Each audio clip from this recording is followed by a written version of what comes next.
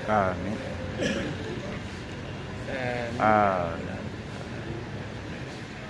Amin.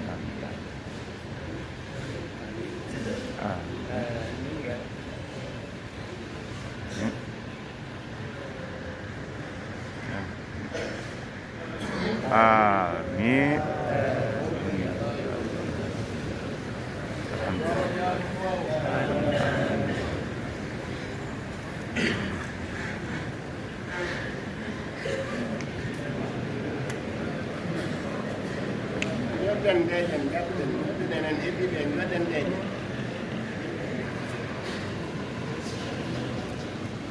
Alhamdulillah rabbil alamin. Lebih aku benangi TV, masyaallah. Juma ko heewi tep machallah eguilinde ha caggal machallah hande woni kirndol daga Madina Gounass aset sappo e jeetati avril alhamdulillah hewama tep machallah.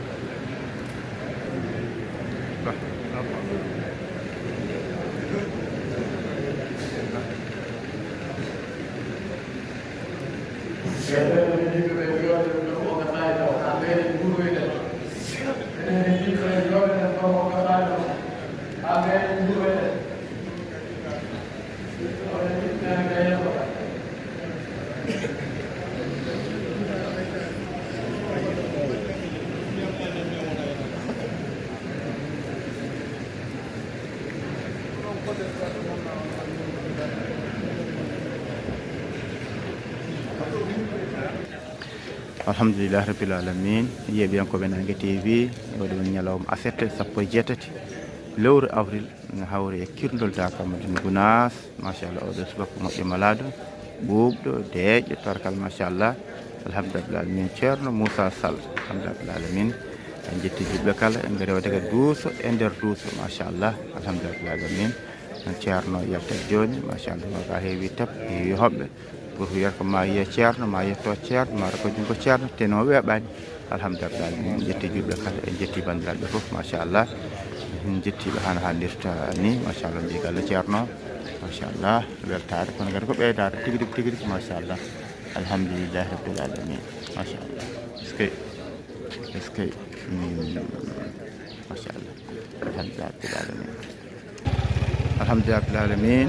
Ceerno Siraji An ceerno Hamdi Kebe eɓen ɗo gara machallah.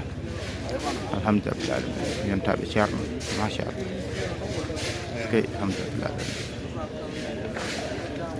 machallah. Alhamdulillah machallah. Eskey alhamdulillah machallah alhamdulillah machallah okay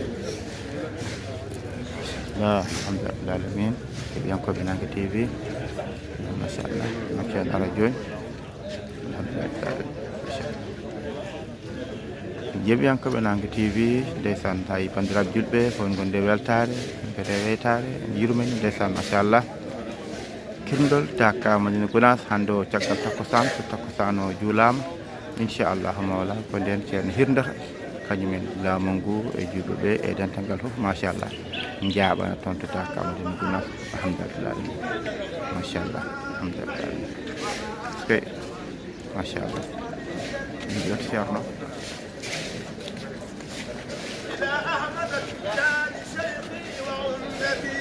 كريم مزايا الكريم وجهت لجهتي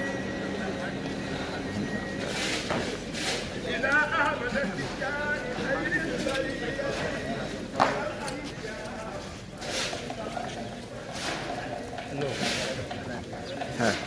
alhamdulillah machallah ceerno Basiru Ceerno machallah monde Mamadou Salih Sow machallah mo Kolda ndeysan machallah alhamdulillah machallah alhamdulillah machallah est ce que machallah non yeɓiyankoɓe Nangue TV e mbaɗi duuso gadano kañum wonɗo min def nder juma to golle ɗe kadi gasani alhamdulillah alamin mbawen kadi jokkidde golle ɗe so allahu lamɗo jaaɓi non yen to ceerno Ibnu Umar Ceerno yimɓe dedi machallah joom hajun nangoɓe law sen Abou Tijani e on saaha noon kalan juuroyade ceerno alhamdulillah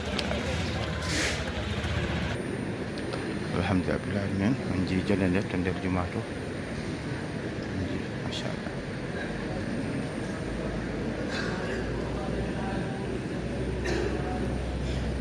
Fatiha salatul Fatiha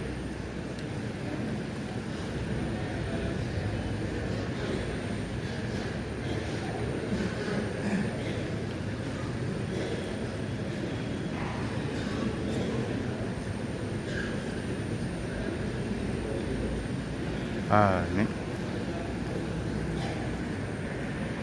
alhamdulillah alamin won nangowo lawol ceerno Abou Tijani won nangonoɗo nane jogal goɗɗo e nangga alhamdulillah men fof ndeysan nangoɓe lawol ceerno Abou Tijani alhamdulillah alamin ceerno Ibnu Umar Ceerno machallah kanko dental mbaɗe ɗon lawol mbaɗe lawol ceeraji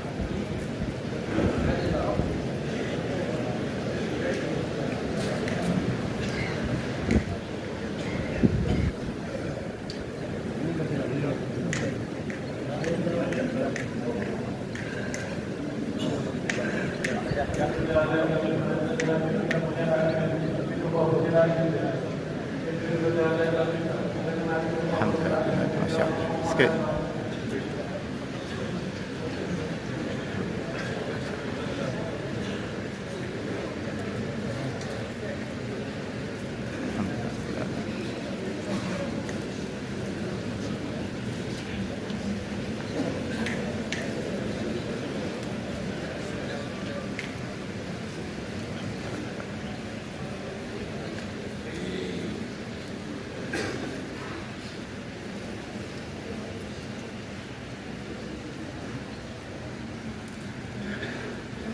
Allah minay salatul fatihi laabi capanɗe jeeɗiɗi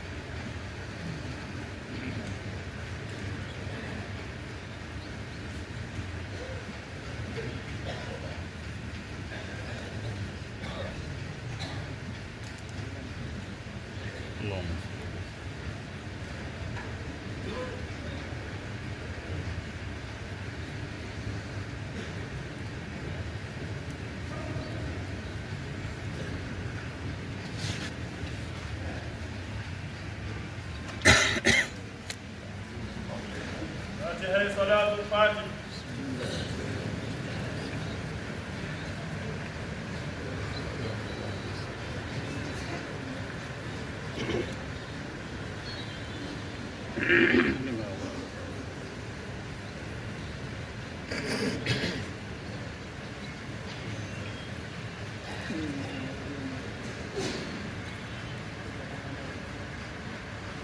آمين يا رب العالمين.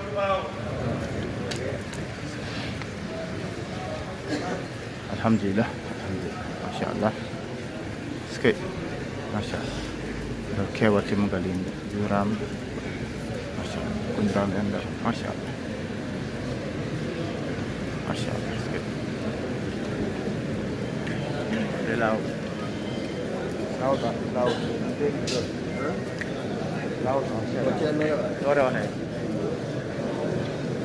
الحمد لله رب العالمين ما شاء الله جيبان كو بنان تي في كو weltar ko be da tigi tigi ma sha Allah agn alhamdulillah rabbil alamin sike Jarn ibn Murcham do wayen def Jarn ibn Hayy Diallo ma sha Allah sike da da ko hewa ma tep ma sha Allah alhamdulillah sike Jarn ibn Murcham ko be ma yetto salmina baraka jung ma sha Allah sike desa boy barkaniraji alhamdulillah Ceer Tidiane Kaw alhamdulillah Ceer Tidiane Kaw masha Allah okay.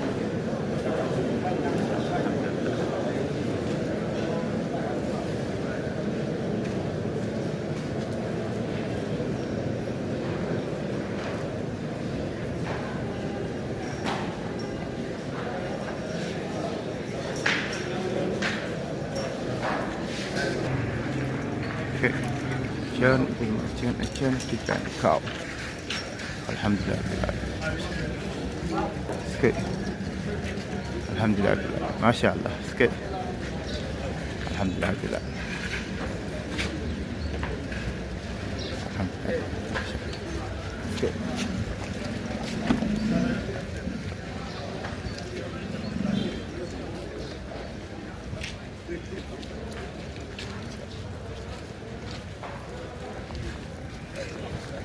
رب العالمين ما شاء الله جدا تنقل برناري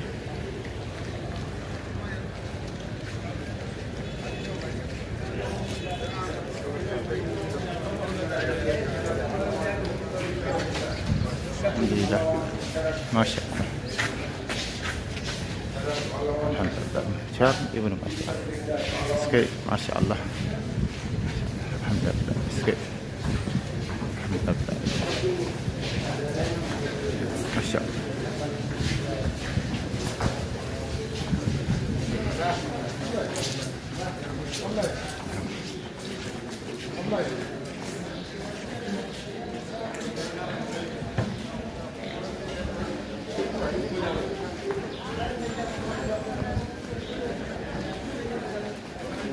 الحمد لله اوكي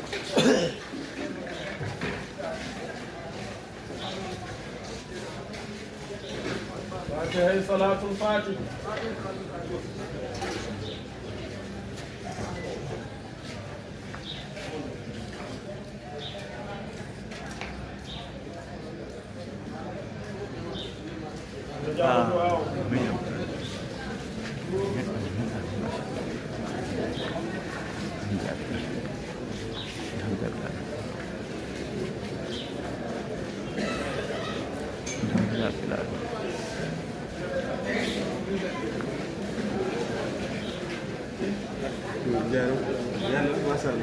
Heɓiyankoɓe Nangue TV on beltanama sanne en garta e bandiraɓe julɓe ha ɗo inchallah ceerno sende 12 alhamdulillah ceerno Ibou ceerno naati ceerno Siraji Papa machallah alhamdulillah alamin daɓe gandi kam gada ko fuɗɗima da kawa naati so hande tan kiki o nata kirnol ngol inchallah mawla sako ye le 27 inchallah mawla ngam seeɗa musidɓe tedduɓe min dokkonaadi kala holom jaaɓi kala subaka men eto wadde ko ngannduɗaa kene weela julɓe inchallah mawla e nder Dakar Madina Gounass.